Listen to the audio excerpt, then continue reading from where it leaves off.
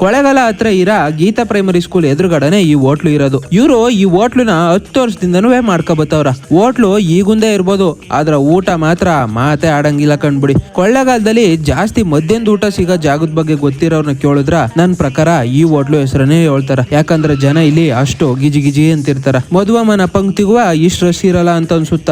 ಸರಿ, ಏನ್ ಸಿಕ್ಕುದಪ್ಪ ಅಂತಂದ್ರ ಬೆಳಿಗ್ಗೆ ತಿಂಡಿನೂ ಇಲ್ಲಿ ಸಿಕ್ಕುದಂತ. ಅದಕ್ಕಿಂತ ಫೇಮಸ್ ಅಂತಂದ್ರ ಮಧ್ಯಾಹ್ನದ ಊಟ. ಎಲ್ಲ ನೋಡಿ, ಎಲ್ಲ ತುಂಬಾ ಐಟಮ್ಗಳು ಹೆಂಗಿದ್ದು ಅಂತ. ಇವರು 70 ರೂಪಾಯಿಗ ಹೊಟ್ಟೆ ತುಂಬಾ ಅಷ್ಟು ಊಟ, ಅಂದ್ರ ಒಂದ್ಸಲ 2 ಸಲ ಅಂತ ಏನು ಇಲ್ಲ, ನಿಮ್ಗ ಹೊಟ್ಟೆ ತುಂಬಾ ಅಷ್ಟು ಇಲ್ಲಿ ಊಟ ಮಾಡಬಹುದು. 70 ರೂಪಾಯಿಗ 2-3 ತರದ ಪಲ್ಯ, ಚಪಾತಿ, ಹೊಟ್ಟೆ ತುಂಬಾ ಅಷ್ಟು ಅನ್ನ ತಿನ್ಬೋದು. 90 ರೂಪಾಯಿಗ ಹೋಳ್ಗ ಊಟನೂ ಸಿಗುತ್ತಾ. ಖುಷಿಯಾಗಿರಾಗ ನೀವು ಅದನ್ನು ತಿನ್ಬೋದು ನೋಡಿ. ನಾನಂತೂ ತೃಪ್ತಿಯಾಗಿ 3 ಸಲ ಅನ್ನ ಹಾಕ್ಸ್ಕೊಂಡು ಸಾಂಬಾರು, ರಸಮ್ಮು, ಮೊಸರನ್ನ 3ನೂ ಹೊಟ್ಟೆ ತುಂಬಾ ಅಷ್ಟು ಊಟ ಮಾಡ್ದಿ. ಇದಲ್ದೆ ಯಾವ್ದಾದ್ರು ಫಂಕ್ಷನ್ಗ ಊಟ ತಿಂಡಿ ಬೇಕು ಅಂತಂದ್ರ ಕ್ಯಾಟ್ರಿಂಗ್